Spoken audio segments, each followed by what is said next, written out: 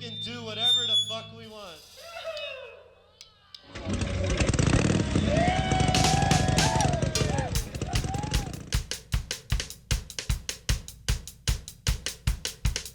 Yeah, I've known Steve since he was a baby.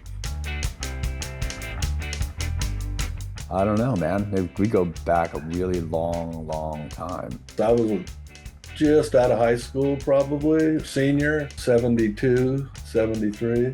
Steve Ruge, better known as Shrewgy to most of us, was this hyperactive little kid at the skate park. And he was probably 13ish, whatever. Hadn't hit puberty yet, so his voice was like nails on a chalkboard. Full energy, but that voice and just his energy and everything, we just somehow changed his name to Shrewgy.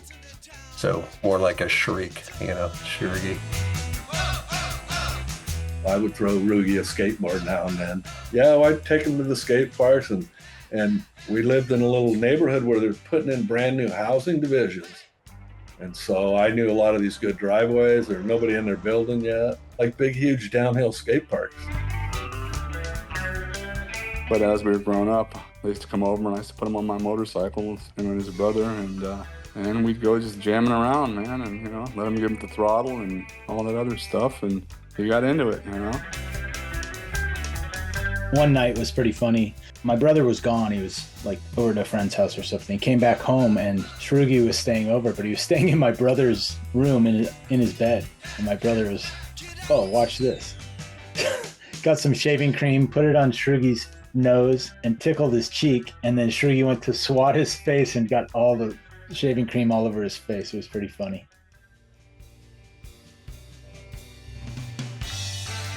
It wasn't cool to be what we were, to do what we were doing. Now it's, obviously you look at it and you're like, everybody's a punk rocker. And we were into it in the late 70s, and we would go to these gigs and just sneak into all the shows and see everybody and got to know everybody, and then started our own band. And Shrewgy was the singer of the band. With Tony and Tommy, called Revenge, which was pretty good. And those guys, opened up for a lot of bands. Tommy moved to bass. So because Tommy was starting to play good bass, we're like, dude, you're not singing anymore. You can't sing with the shit. We're going to bring Shrewgy in. He probably can't sing with the shit either, but at least lyrically, he deliver the goods, I don't know if you ever saw pictures of him with his quiff when he had his rockabilly do. He actually owned it, Out of all of us, I think, Shrewgy sort of personified that sort of punk mod image, because all the clothing he ever wore and everything really was that, like every day, all day. He was the dude. One of the last shows Revenge did, Shrewgy was singer, and he had dyed his hair bright orange. He spiked it so it looked like his hair was on fire. It was one of the coolest things, and he's topped everybody there. That's the coolest haircut, even for Shrewgy. Shrewgy decided he wanted to build a backyard ramp. We were leaving Mabuhay Gardens from a show one night, and we noticed all this wood over by a construction site, stacks of plywood. And I had a Ford Courier, and we decided to borrow some wood. And we ended up getting 84 sheets of plywood that night. Built a big old ramp in his backyard in Walnut Creek, and Mom wasn't too happy about that, but all the kids used to come over, Unfortunately, his ramp was short-lived because of the neighbors and noise complaints, so it only lasted like one summer, and then he had to tear it down and move it. And that became the HP ramp in Hunters Point.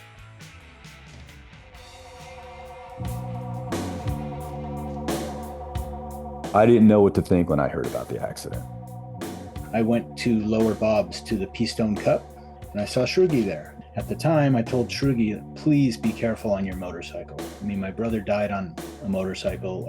I didn't need to see another friend go through what my brother did.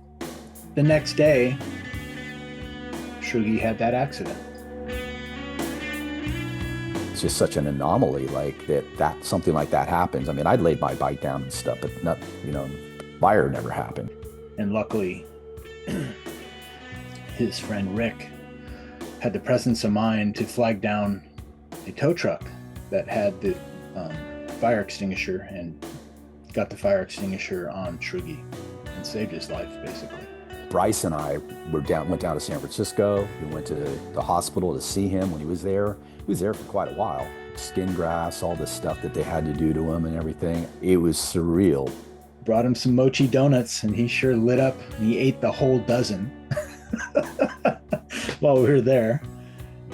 It's remarkable how far he has come since that accident, and the pain and the surgeries and the rehabilitation that he has gone through. And he's been so strong. Like, I don't know if anybody else could have done it. That's his mind over matter thing, though. He's got that thing too, like riding his bicycle again, stuff like that, you know? Steve's a fighter. He is definitely a fighter, eh? And he just keeps going and going and looking forward to doing something else and doing something else. Gotta say, he's a trooper. When he was visiting in Portland most recently, we took him to a pie shop, and he's like just fixed on all the flavors, and it's the funniest photo of him looking at the pies. Like, that's Shrewgy right there, like a lover of food, lover of people. I need to know what Blueberry Victoria pie is, because that looks a few levels beyond next level. Look at that. You know, you had to calm him down. I remember one time, I forget what album came out, it might have been DOA's second album, and him and I were driving the city, and he's just being Shrewgy, and he punched my windshield and shattered it in my bug, and still hasn't repaid me to this day. I brag about him to a lot of people that don't even know who the guy is, and I just brag about him, you know. He's this, that. And he goes, well, shit, I do that about you too, Rich. I'm always bragging about you getting me my first skateboard, or, you know.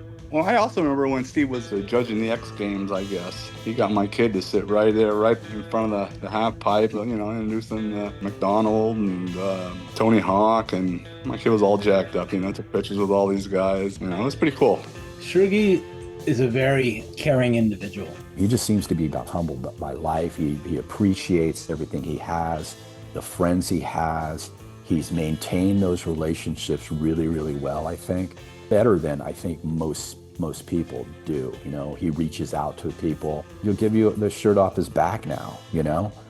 Very cool what he's accomplished, and, you know, hitting 60 is a big milestone. Happy birthday, Ruge.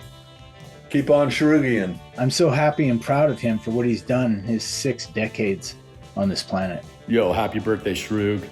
Now fuck off. Well, happy birthday, Shrewg. Welcome to the club. Want to wish you a very special happy birthday. Welcome to the 6th floor of life. You've got many, many years to go. Love you, man. All right, here's one for you, Steve. Happy birthday to you. Happy birthday to you.